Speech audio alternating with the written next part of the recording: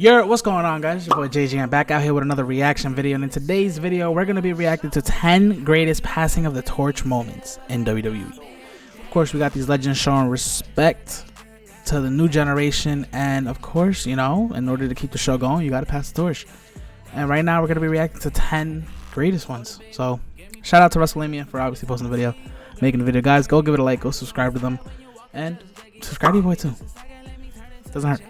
Anyway, let's watch the video. WWE matches can take place which see a... Oh yeah, this one I was kind of hoping for more for John Cena and Austin Theory, but we got what we got. You know, low key, how great would it be if John Cena were to become the US champ and then just have a little storyline there? But happens. Changing of the guard.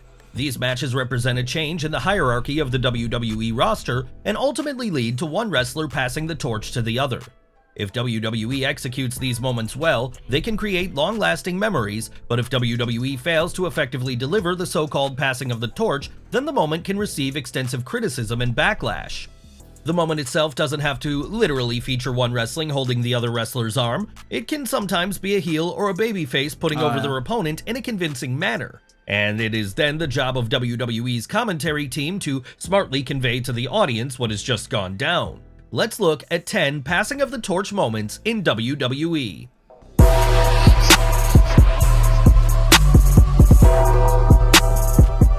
Hey.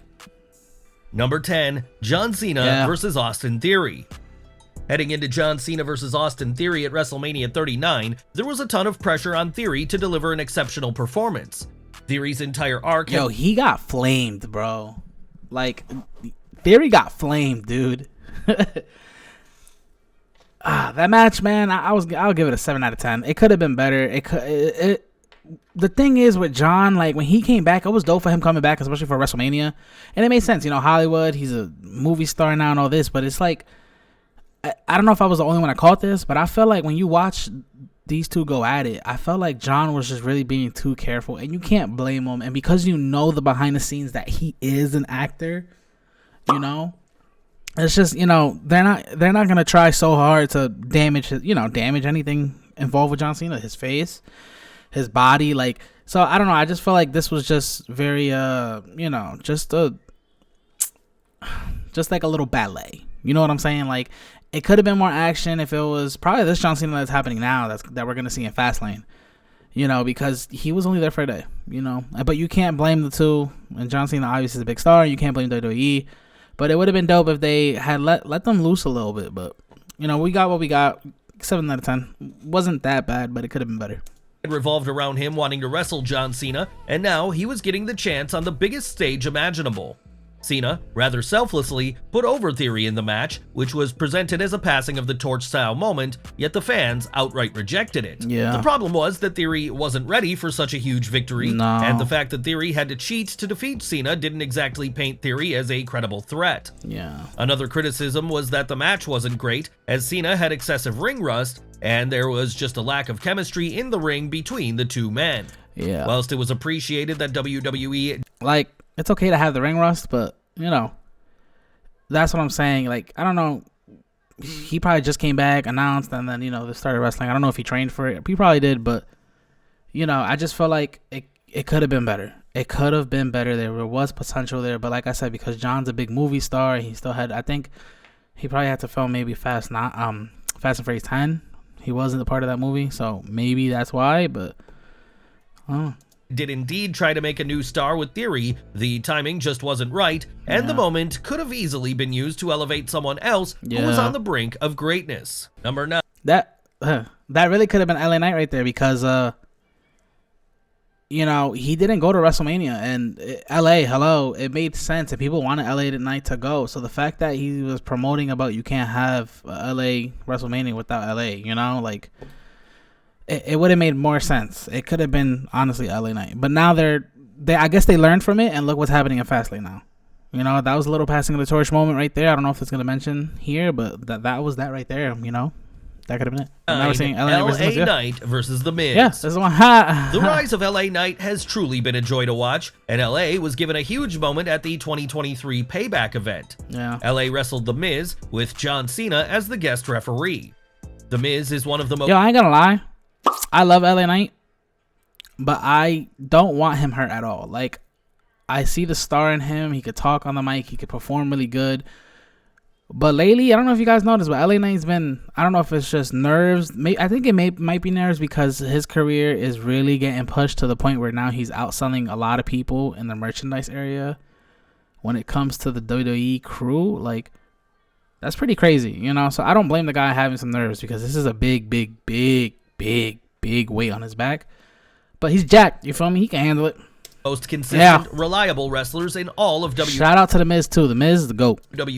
And it's been made clear how much WWE value The Miz, so to pair the two in a featured match on pay-per-view was a big deal for LA Knight. Yeah. Additionally, the introduction of Cena as the special guest referee brought a brand new spotlight onto the match, as Cena, despite being semi-retired, is still one of the biggest names in WWE. Yeah. The match itself was passable, but it was after the match in which memories were made. At the top of the stage, Cena would endorse LA by raising his hand high in the air. Some fans claimed that it was a forced moment, but Cena had been excessively praising LA in interviews, and there was no way that Cena would have done something he simply didn't want to do. Number 8, The Rock versus Brock Lesnar. In the summer of 2002, The Rock's run as a full-time WWE star was coming to an end. The Rock had attained a reputation for being completely selfless in the ring, and he was going to show this yet again in the biggest way imaginable. The Rock would drop the undisputed title to Brock Lesnar in the main event of SummerSlam, and for many top stars, putting over a virtually untested star in the main event of a huge pay-per-view would have created problems, but The Rock welcomed the idea. The Rock brought his A-game to Bro, you could just tell with Brock Lesnar. Come on now. I don't know. He just had it. You can't blame them for this. Like, this was fire, bro. Match, as he made Lesnar look like the biggest star in the world, and it's no surprise that the two legends remain friends over 2 decades later.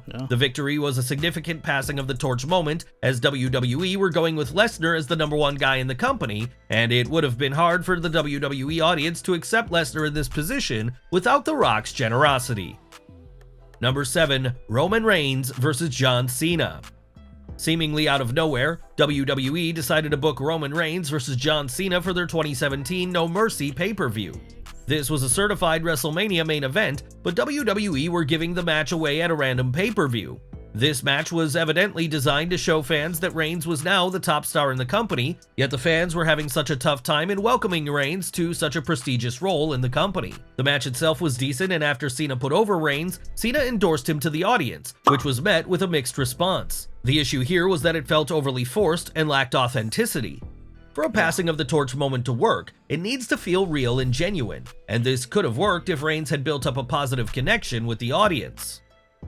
Number 6, Roman Reigns versus The Undertaker.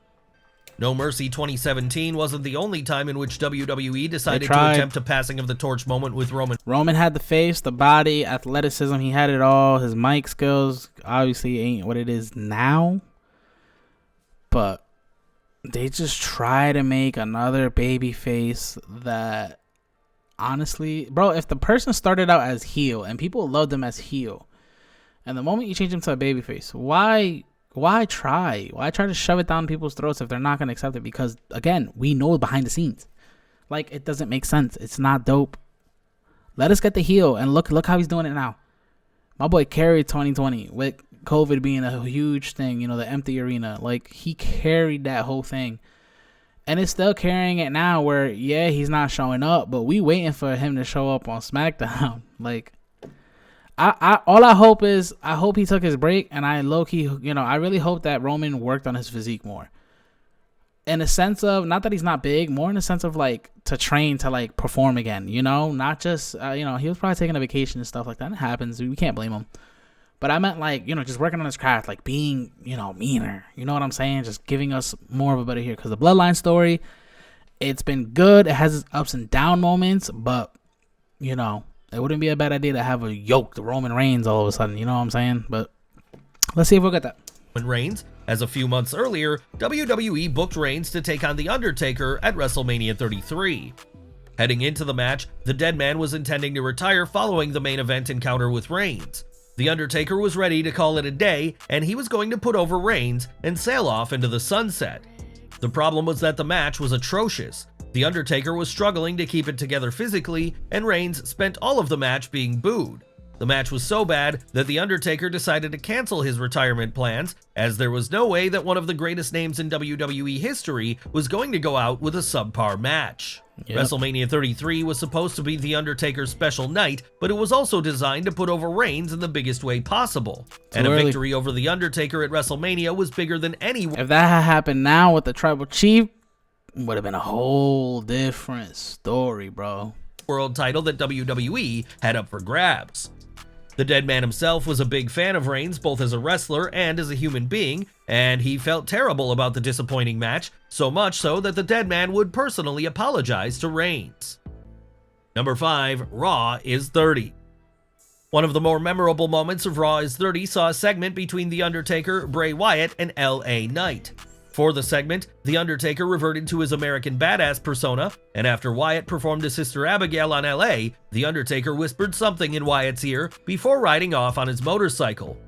A lot of fans have since labeled this as a passing of the torch moment, and in an out-of-character interview with Sportsnet, The Undertaker delved into why the segment was... And this is also when low-key LA Knight was starting to, like, you know, like, he's done with that stupid gimmick that he had, and he was showing his mic work, you know, and then...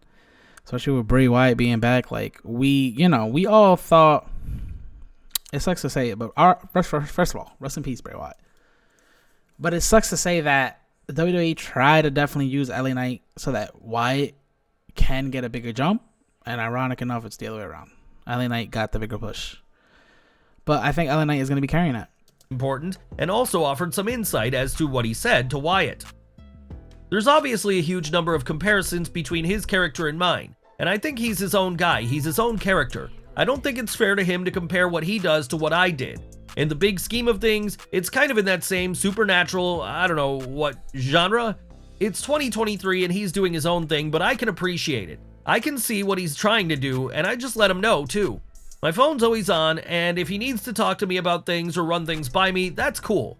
I would be more than glad to share my experiences with him and hopefully shine some light on maybe questions that he has moving forward. So yeah, it was a cool moment and it did exactly what I thought it would do. Number 4, John Cena versus Daniel Bryan. By the summer of 2013, Daniel Bryan had emerged as one of the most popular stars in all of WWE. Yes, move. Bryan was then sent to face the top guy in WWE, that being John Cena, for the WWE title at that year's SummerSlam event.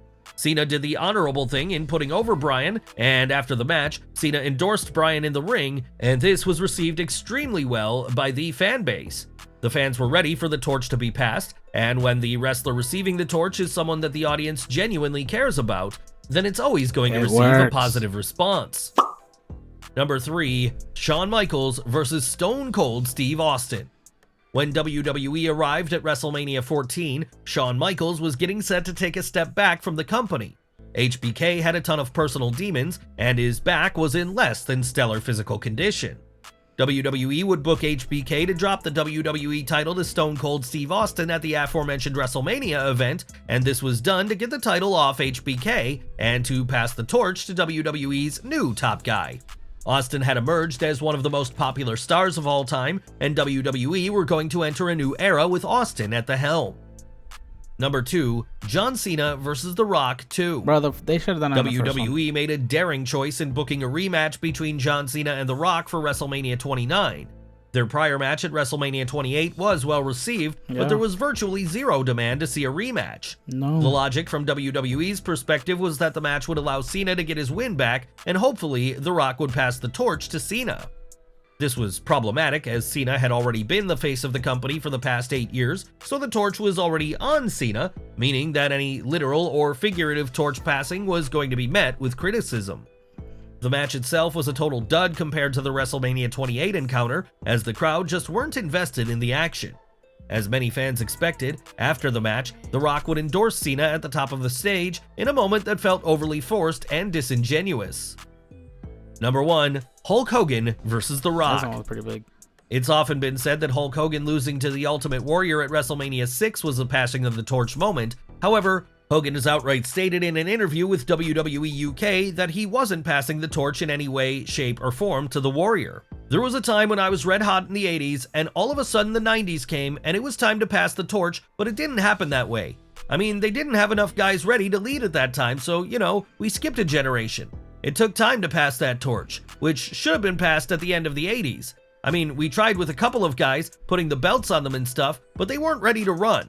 They weren't ready like John Cena, they weren't ready like The Rock, they weren't ready like Stone Cold. So it's very, very important that the torch is passed in the correct way, and the guys that have all this experience don't just walk away.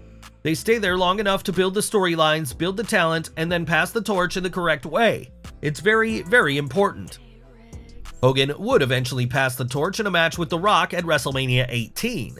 The match itself was extremely well received, with it being considered one of the best matches in WrestleMania history, and the passing of the torch moment between the two icons was presented perfectly.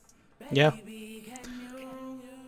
Listen, man. We got these great entertainers, you know, that has done their things, has made storylines become popular, has had great moments, and it doesn't get better than, obviously, a legend passing the torch to the new upcomer. But there's been times where WWE has tried and it felt forced. There's time where, like, to be honest, with the Roman Reigns and John Cena 2, when Roman was the heel this time, you know, I felt like, well, I think it was Money in the Bank or something, I don't know. Whenever he had the John Cena, when John Cena came back with the 1, 2, 3, you know, little promo, I felt like that one could have been better as considered past the torch moment, because Reigns had growth. He grew, he evolved, and he became better. He took it and ran with it. So the fact that he won, obviously he beat John Cena. John Cena could have broke the record too. It was a good little storyline there. You know, the 1, 2, 3, that's all I need to become, you know, first time ever kind of thing. But I felt like that was a cool passing of the torch moment. That would, you know, that's an example of one of them. That definitely, to me, you know, like, it wasn't forced, it wasn't scripted, it wasn't, you know, it was just good entertainment, and you see how the guy can carry the company. And I think that's what's gonna happen to LA Knight. LA Knight's gonna definitely be one of them. John Cena already gave him his approval, I guess you could say, and yeah, we got to see how Fastlane goes, and let's see if anything happens. All I know is, listen, LA Knight is now a part of this little bloodline, little saga, so I'm expecting a Roman and LA Knight. I think that one's going to be a good one, but let's see. Anyway, guys, thank you for tuning in. Of course, I'm your boy JGM. If you haven't already, please subscribe. We're on a road to 1,000 subscribers. We almost there. We just hit 600. Actually, we passed it. We're at like 620, 625, I think, last time I saw. And I just want to say I appreciate you guys. If you guys don't know, I do make dope music. I'm going to be making more motivational music, because that's just my thing that I like to do. I have some in the vault already. So in the meantime, check out my music. Link's going to be down in the description or in my channel. Appreciate you guys.